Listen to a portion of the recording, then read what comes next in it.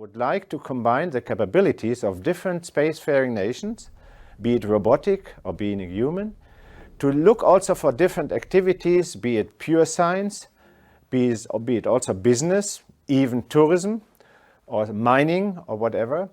Habitation on the moon. We can visit other people with their habitation. We can keep track. If there's something very important to be developed from the moon, I'm not sure what it is right now. Did you know that cosmic concept that's straight out of science fiction but very much grounded in reality? Imagine this. Massive lighthouses on the moon lighting up the lunar landscape, not just for aesthetics, but as the backbone of a lunar economy. Yeah, you heard it right. We're talking about NASA's grand plan to turn the moon into a celestial service station. So what's the deal with these lunar lighthouses? Well, folks, it's not just a whimsical idea, but a brainchild of the lunar geniuses at Honeybee Robotics. They're calling it LUNARSABER, and trust me, it's not your average porch light. LUNARSABER stands for Lunar Utility Navigation with advanced remote sensing and autonomous beaming for energy redistribution. Catchy, huh? Let's break it down. Picture this, a colossal tower on the moon, reaching up to 330 feet. And no, it's not just a fancy flagpole. This tower is a deployable structure armed with solar panels, turning sunlight into power. It's not just about energy, it's a one-stop shop for lunar infrastructure. We're talking power storage, communications, position navigation, and timing, all neatly bundled into this lunar powerhouse. Now, why build these towers on the moon, you ask? Chris Zachney, the Vice President of Exploration Systems at Honeybee Robotics, spills the space beans. These lighthouses can soar to over 650 feet, ensuring they're above the lunar horizon, perpetually soaking in the sun's rays. Imagine living in the moon's south pole. You'd always have your very own sunlight-powered skyscraper, and who wouldn't want that? But hold on, it's not just about lighting up the moon for a cosmic disco party. The applications are as practical as they are mind-blowing. LUNARSABER isn't just a light show, it's a game-changer for lunar exploration. Cameras, communication systems, and even a floodlight for lunar rovers. It's like the Swiss Army knife of moon structures. Place one or two of these bad boys at the moon's south pole and voila, you've got the entire lunar landscape covered. It's like having your lighthouse guiding you through the moon's dark corners. And no, we're not talking about Darth Vader's vacation spot.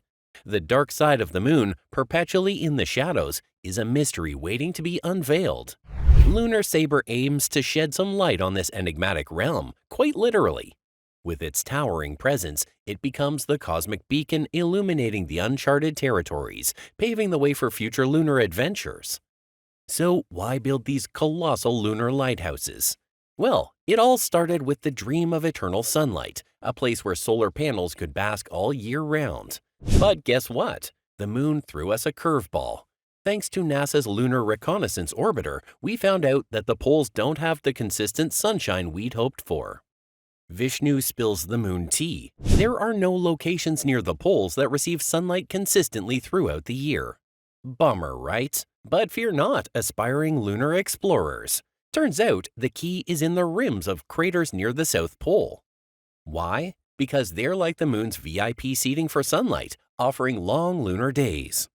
But here's the catch, you gotta be perched on the tallest mountain or crater feature for the full lunar day experience. Now you might be wondering, how do we even make this happen? Well, enter the deployable structure, the unsung hero of our lunar adventure. Vishnu and the Honeybee Robotics crew are working on a tower of power, standing at a whopping 330 feet, armed with solar panels that are like cosmic power banks, soaking up the sun's rays. Now you might be thinking, why does all this lunar light show matter? Well, strap in for the practical applications that are as down to earth as they are out of this world. LUNARSABER isn't just about making the moon prettier at night, it's a game changer for lunar exploration. By strategically placing these lunar lighthouses, we're not just lighting up the moon, we're illuminating the uncharted territories, paving the way for future lunar adventures. So what's the deal with these lunar skyscrapers?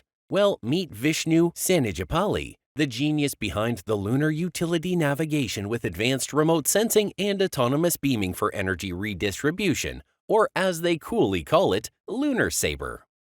According to Vishnu, it's all about location and height. If we can plop down tall structures near the moon's south pole, we're talking more than 95% illumination throughout the lunar year. Vishnu spills the moon tea. This depends on the location and the height. It's like finding the perfect spot for a beach umbrella, but on the moon. And where's this sweet spot? Turns out the rims of craters are like VIP seats for lunar sunlight. They're already elevated, giving us a head start. If we go all in with structures over 1,640 feet high, we're not just limited to one lunar neighborhood. We can expand and deploy these giants all over the moon. Now you might be thinking, why bother with these moon towers? Well, it's not just about making the moon sparkle. Vishnu has a point. Constant illumination isn't enough. We need to keep the lights on and the communication lines open. Imagine a lunar settlement where rovers, robotic systems, and all the cool lunar gadgets need to stay connected with Earth. It's like having your lunar internet, and LUNARSABER is the superhero utility solution we've been waiting for. Meet Chris Znacki, the brains behind the lunar brilliance and Mars marvels at Honeybee Robotics. First up, the lunar lighthouses, or as I like to call them, moon towers. Picture this, towers standing tall near the moon's south pole, soaking up sunlight like a cosmic energy drink. Chris calls it LUNARSABER, a tower of power, not just dazzling but packing a punch with solar panels, communication systems, and even a floodlight for lunar rovers. Now, why South Pole moon towers, you ask? Well, Chris spills the lunar tea. It's all about location and height. These towers, if strategically placed on the rims of craters, could ensure more than 95% illumination throughout the lunar year. That's like having your never-ending moonlight party. And if we go extra tall, over 1,640 feet, we can expand this lunar nightlife to other regions on the moon. But wait, there's more. Chris introduces us to the party planner, Redwater. No, it's not a new energy drink. It's a mining system designed to drill into the surface of Mars. Yeah, you heard that right, Mars. Redwater goes deep, tens of meters deep, drilling into the subterranean ice, melting it and pumping water to the surface. It's like interplanetary plumbing, extracting tons of water from Mars to sustain human exploration. Chris calls it a robotic system that's the superhero of planetary mining and drilling. Forget Iron Man, meet Redwater Man. And why do we need tons of Martian water, you wonder? Well, it's all about in situ resource utilization, ISRU technology. This Martian H2O can fuel life support, agriculture, and even power fuel cells and propellant. It's like turning Mars into a self-sustaining cosmic oasis. Now, let's not forget Honeybee Robotics' rock star status in designing hardware for other worlds. They're not newbies, they've got the chops. Chris mentions Rat and Scoop, not some sci-fi snack, but legit hardware designed to land on other worlds. Now let's rewind to 2004.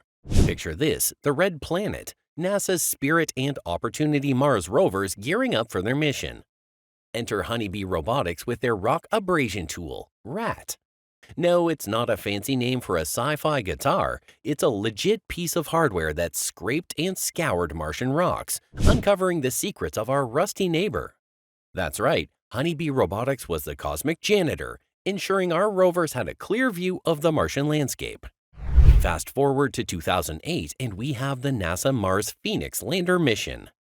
Honeybee Robotics steps up again, this time with the icy soil acquisition device, better known as the Phoenix Scoop. It's like the rover's trusty spoon, digging into the Martian soil, scooping up icy goodness, and giving scientists a taste of what lies beneath the surface. But that's not the end of their cosmic resume. No, fasten your seatbelts because we're zooming to the present. Curiosity and Perseverance, NASA's dynamic duo of Mars rovers, both flaunting hardware from none other than our earthly space engineers, Honeybee Robotics. These rovers are like the A-listers of Martian exploration, and Honeybee Robotics is the behind-the-scenes genius, making sure they're equipped for their red carpet moments on Mars. And Japan's Martian Moon's Exploration MMX mission is gearing up for a 2026 takeoff. And guess what? It's decked out with Honeybee Robotics P sampler. No, it's not a DJ turntable.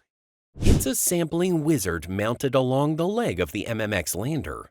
This cosmic DJ is set to drop beats, or rather collect samples, when the Japanese probe lands on Phobos, one of Mars's moons. It's like Honeybee Robotics is not just building robots, they're creating the rock stars of planetary exploration. Now, let's hear it from Chris Zachney, the maestro behind Honeybee Robotics.